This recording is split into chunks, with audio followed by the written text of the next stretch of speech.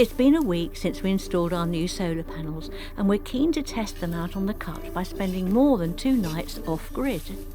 With days of scorching cloudless skies predicted, we're going to a special place that we discovered by accident, and one we suspect is often overlooked by passing boats. It's perfect for dog walking and especially good for nature spotting. Also, in this episode... Shall we talk toilets then? Everyone loves talking toilets, don't they? Let's talk poo. I don't understand what all these people with compost loos are doing with their manure. And we're going to be touching on our proposed water purification system, where we have a question for you. Would you drink canal water? All this pesticides and duck poo and... Human poo.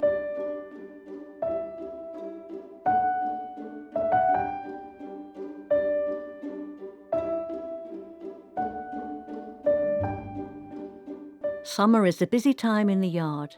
The days are long and dry, perfect for getting big jobs done. Last Monday morning we watched 5 boats being launched or dry docked within an hour.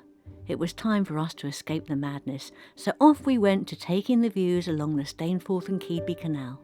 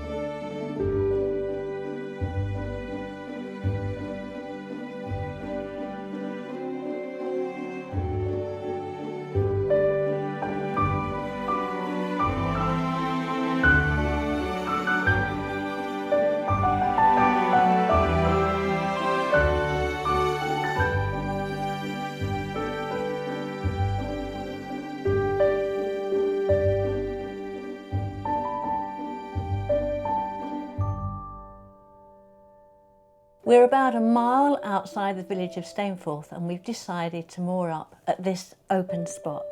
In fact, it's so hot at the moment, we're all hiding inside from the strong midday sun. It's another location that we frequently motored past and say to each other, we must stop here one day. Since there's no shade, it's the perfect spot to let the solar panels do their work. Facing west, it also allows us to watch the sun set and the moon rise. We spent 3 days at that first location. The panels generated so much power, we left on the 1 kilowatt immersion water heater for an hour, turned off the charge controllers by 10 a.m. and watched Wimbledon on the TV the whole day with little impact on our 840 amp hours of lithium batteries. Shall we talk toilets then? Everyone loves talking toilets, let's don't talk they? Poo. So we've got a holding tank and a pump out system for our toilet, and it's 600 litres, which is a lot. It is a lot. So you'd expect it to last a long time. The estimate should be a month minimum, if not 6 weeks. We were finding that we're having to pump out every 3 weeks. We've been talking to a few people about trying to clean out the tanks because, of course, they sat not being used for ages. Yeah, so what we are assuming is that the tanks are absolutely lined in crud, probably quite thick, taking up a lot of the volume, so we're not able to keep in the tanks as much as we'd like, which means pumping out earlier. We've been treating it with some special sachets which turn your tank from a cess tank to a septic tank, so it's actually breaking down what's inside it, and we were hoping that by doing this it might increase the volume over time. On top of that, I spoke to one of our narrowboat or canal boat gurus, Banksy, who suggested that he uses biological washing powder, and he puts one in, I think every time he empties the tank he puts one of those in, and it has a similar reaction. It eats away, the enzymes eat away all the stuff that's in there. I want to mention compost toilets because a lot of people have said to me, you should get a compost loo. Well, they're actually separating toilets. You separate the wee from the poo, and then the poo you turn into what they call human manure, and then you can dispose of it as you like. The trouble is people don't seem to answer my question, which is how do you dispose of it? Because human manure, it takes over a year, can take longer to break down, to be safe to dispose of. You can't just take your compost, your poo that's straight out of your loo, and put it in the woods. It's dangerous. It's dangerous because of all the nonsense that we eat. It's full of all those terrible things, which is why it's okay for a bear to shit in the wood, or even a dog, although that's not great. Wildlife can poo wherever they like, but human poo is full of terrible things. I mean, I have to take medication for various things I have, and that would be going through and into the soil. So human manure needs to be disposed of properly and carefully. So I don't understand what all these people with compost loos are doing with their manure. If you know, can you tell me? Because it is a solution that we would love to do if we could. If you're familiar with our channel, you'll know this route which takes us to Bramwith Lock. We won't vlog the whole of the trip to our new favourite nature reserve, but watch till the end and you'll see a time lapse of the entire journey. Look out for the narrow bridge at Stainforth, Bramwith Swing Bridge, Bramwith Lock, and the impressive lift bridge at Barnby Dun. There's a particular spot we like to moor up, nestled just behind a bed of reeds.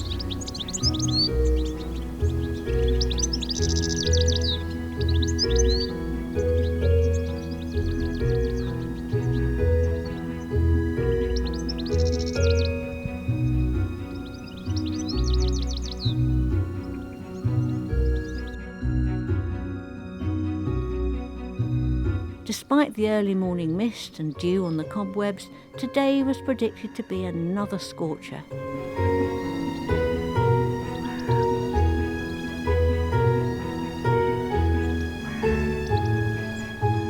We've chosen this mooring spot because it's just a short walk from the nature reserve. There are many ways to get there, across the fields, through tight pathways under low-lying branches, or through the dappled light and protection of large beech and lime trees. Whichever way you choose, all roads lead to Glass Park. Today we're in Glass Park. It's a really pretty piece of land that lies between Kirk, Sandall and Barnby Dun. We've come here before, walked the dog a couple of times, but we've come back to have a proper look this time because, like Thorn Community Wood, where we walk Miley almost every day, this whole area is given over to wildlife and wild plants.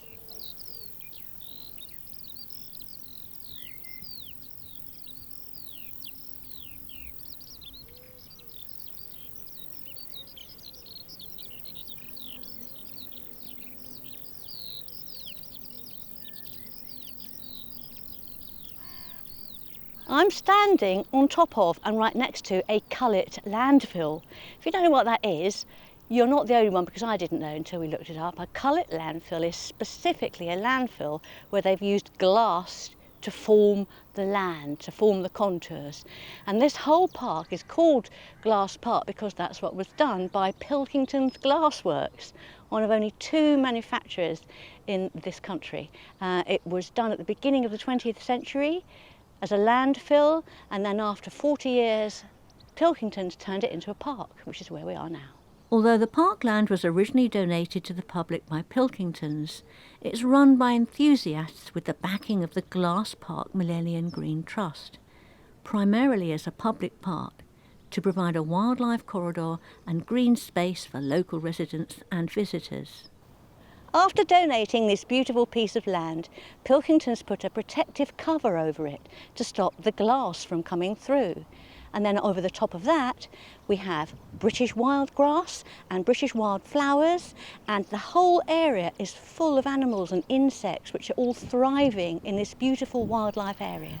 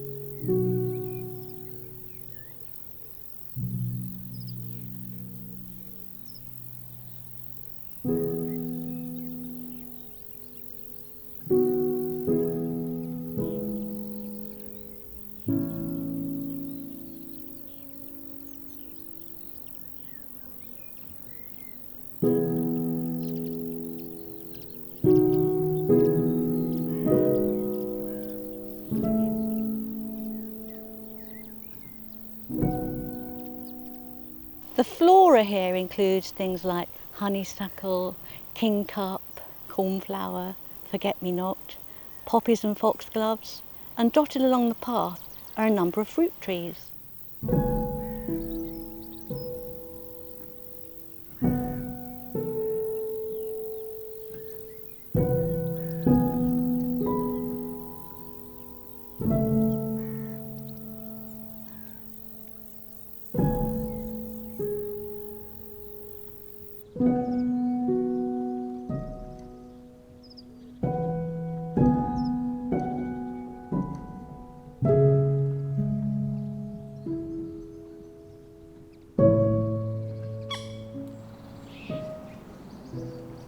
In the middle of the park is the Tranquil Pond, and tranquil it certainly is because you can't hear the motorway from here.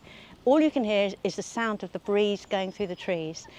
The Tranquil Pond's important because it has all kinds of important animals like newts, frogs and toads, lots of different beetle species. There are mayfly in the pond, and the thing that I would love to see more than anything else is a grass snake. Apparently they are here. They're really rare in this country. I haven't seen one since I was a kid. I'd love to see one.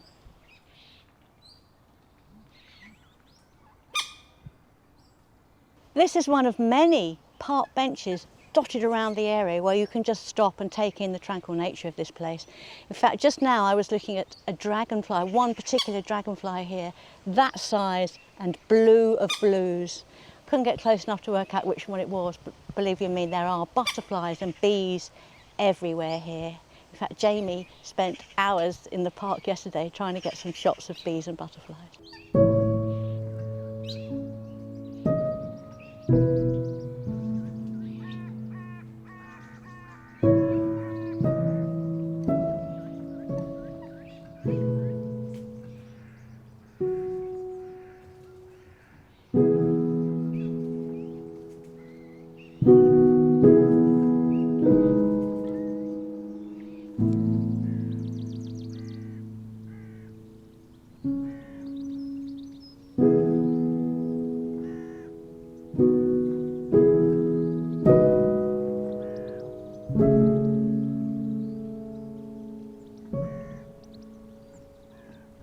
So this is lovely, and apart from the insects, obviously, there are birds everywhere.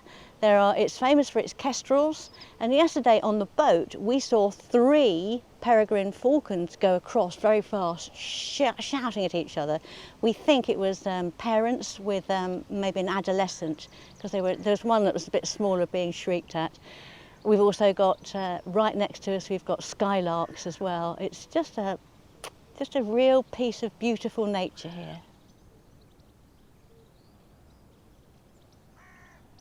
Perched right on the edge of Glass Park, which is just over there, is this fine example of an Anglo-Saxon church. It's St Oswald's church, named after the saint who apparently was buried here after he was killed in 642. Most of it has been added to in the 14th and 16th century. It is redundant. It was decommissioned. I think the last service was when I was 8 years old in 1978. You can visit it, but unfortunately the next Visitors' Day is next Saturday, so we're going to miss it.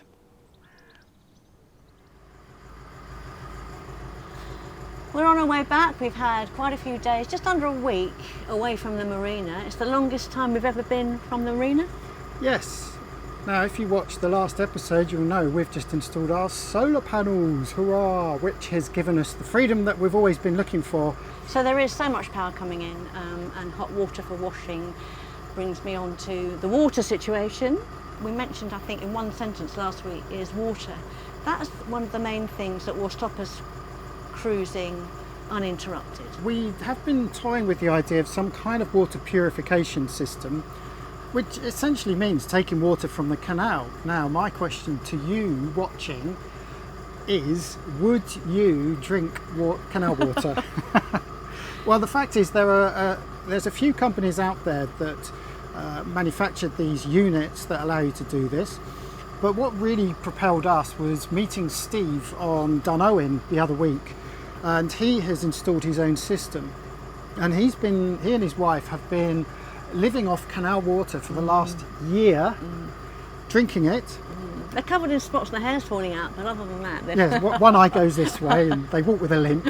No, sorry, Steve. no, they're doing really well. They're doing very well. He's been great actually. I've been backwards and forwards with him, asking him questions.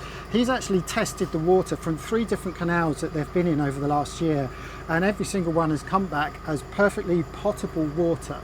So we are hoping with using Steve's guidance to basically follow his guide, and I've been looking up on it, and basically what he has installed is pretty much what you would install for a water purification system. So I think the thing for us is it's no biggie, because we had a reverse osmosis water system on our yacht on the sea, and so we were converting marine water into drinking water, and it just completely revolutionised where we were able to go, what we could do, and how long we could avoid the land. I mean, we never needed to go to land because we always had water. But that system's a lot more complicated because you're converting seawater into fresh water and then making it pure enough to drink.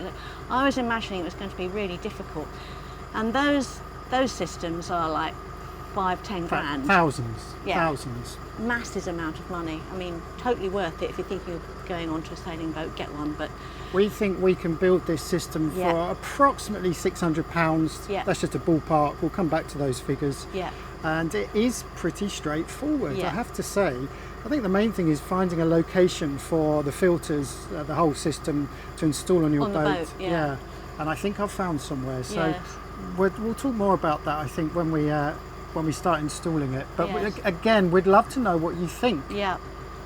All Would these- you drink canal water? all this pesticides and duck poo and Human poo, probably. all sorts of stuff in there, but you know, there's plant life in the water, there's fish in the water, so yeah, let's see and let us know what you think.